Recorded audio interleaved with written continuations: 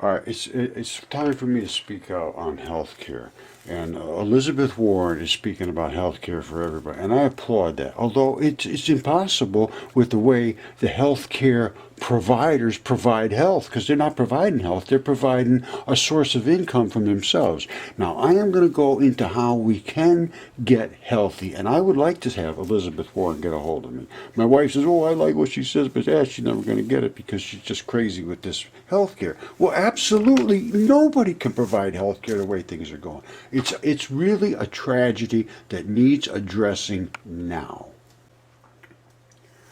All right, my friends, we're all here together. This is Roger Mudfossil University. We're all talking. We all get sick occasionally.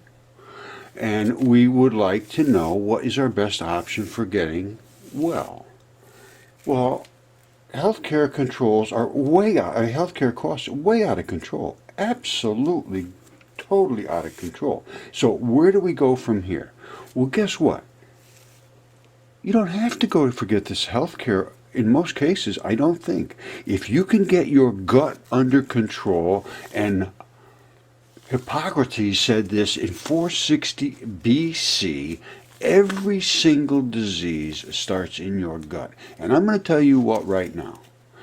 Anything that bothers you, even if you are depressed, even if you're thinking of committing suicide, or even if you have some undiagnosed illness that the doctors laugh at you for, put in that particular disease or symptom that you have, follow it by and digestive disorders, and you will get 100% hits.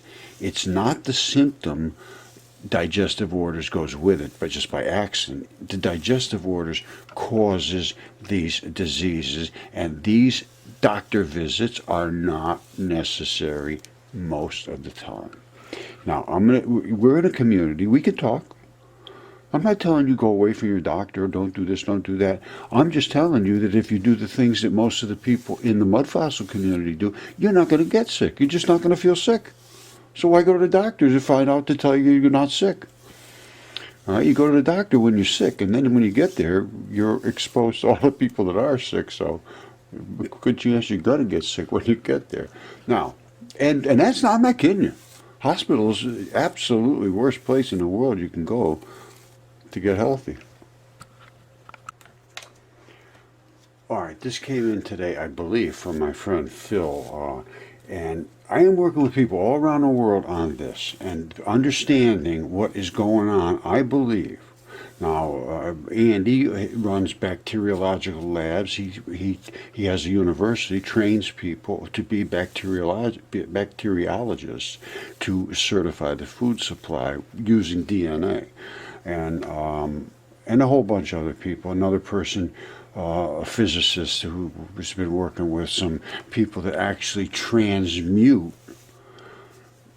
creating transmute salt water and create what do you call it? Fertilizers. Very, very sophisticated people doing very, very high end work. And this bacteria, they say it might be the fountain of youth. It's 3.5 million year old. I don't know how they got that number, but they say it's unlocking DNA, and the testing on mice makes these old mice start dancing like they're young again, and even actually having babies. They call it granny mice. Anyway, you could read this whole article and look into it, but they dig it out of the stone. The bacteria seen as a potential elixir of life found in 2009 in ancient permafrost in Yakutu, Siberia, an area known for its ancient mummified remains. An image of the landscape in the northwest of Russia is shown. Now, we know what this is. Right? That's tissues.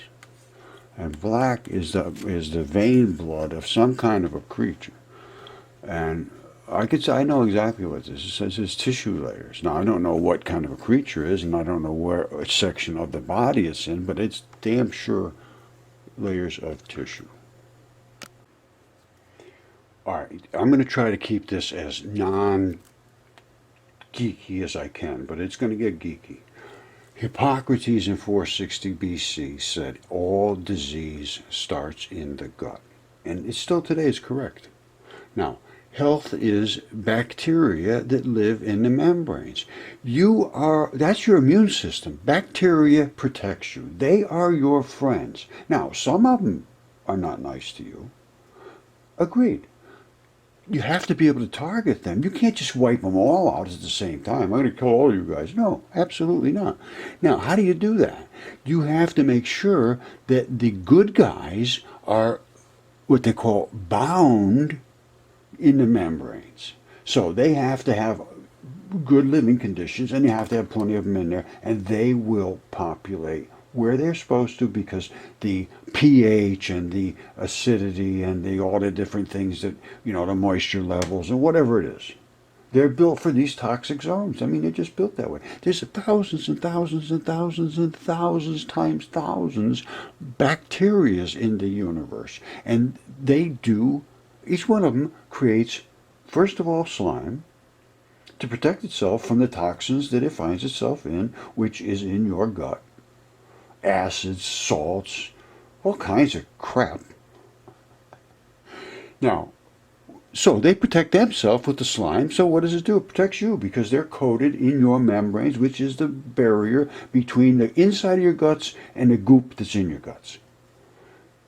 The goop that's in your guts. Now, what else they do? They digest your food for you. You can't take this and put it in your stomach, and I eat chunks of food like that all the time. One bite, and look what's gone. Well, first of all, the acid in your stomach's going to work on it, absolutely. But then it's going to come out, and it's going to go into your small intestine, and you'd be lumps like this. No, you need bacteria to start nibbling away at it and doing chemistry to it, and that is their job. They create enzymes, which are breakers. They're molecule breakers, chemistry breakers, and they actually can transmute. And I have proof of that from a physicist friend of mine that sent me, and I will show you that. I did a video on it before. I probably even maybe have clips of it in this one already, but I'm going to show it to you again. Now, they digest the food for it. Bacteria create enzymes to do the chemistry, just like I said. They break down all kinds of stuff. Enzymes create the healthy products for you. They are literally designed, and I don't care what anybody says, somebody programmed these bacteria to create certain chemical, it's chemistry. Because they're not alive. They're not alive. They're enzymes, and the enzymes are just nasty little things that come out and bite and chew through other molecules, and at the end of it, it comes out with some specific molecule that exact bacteria was built by whoever programmed the universe to make that molecule. Case closed. Now, enzymes create metals and salts. Those are the things that make your body run. Metals carry everything in your body. Transition metals carry everything around your body. I have shots of hearts that are loaded with transition metals, and I can prove that too. Now, metals move the products using the pH in your blood. It's 7.35, 7.45, right in that area, and that tiny little difference means it can pick one molecule up, holding on to one little electron in a transition molecule complex, which is metals, and it drops it off. And the other guy comes along with the opposite pH of one little electron. It says, I'd rather have that than you. Say, okay, no problem. Give me your electron. Okay, you take this, and they just transfer the oxygen, carbon dioxide, whatever it is.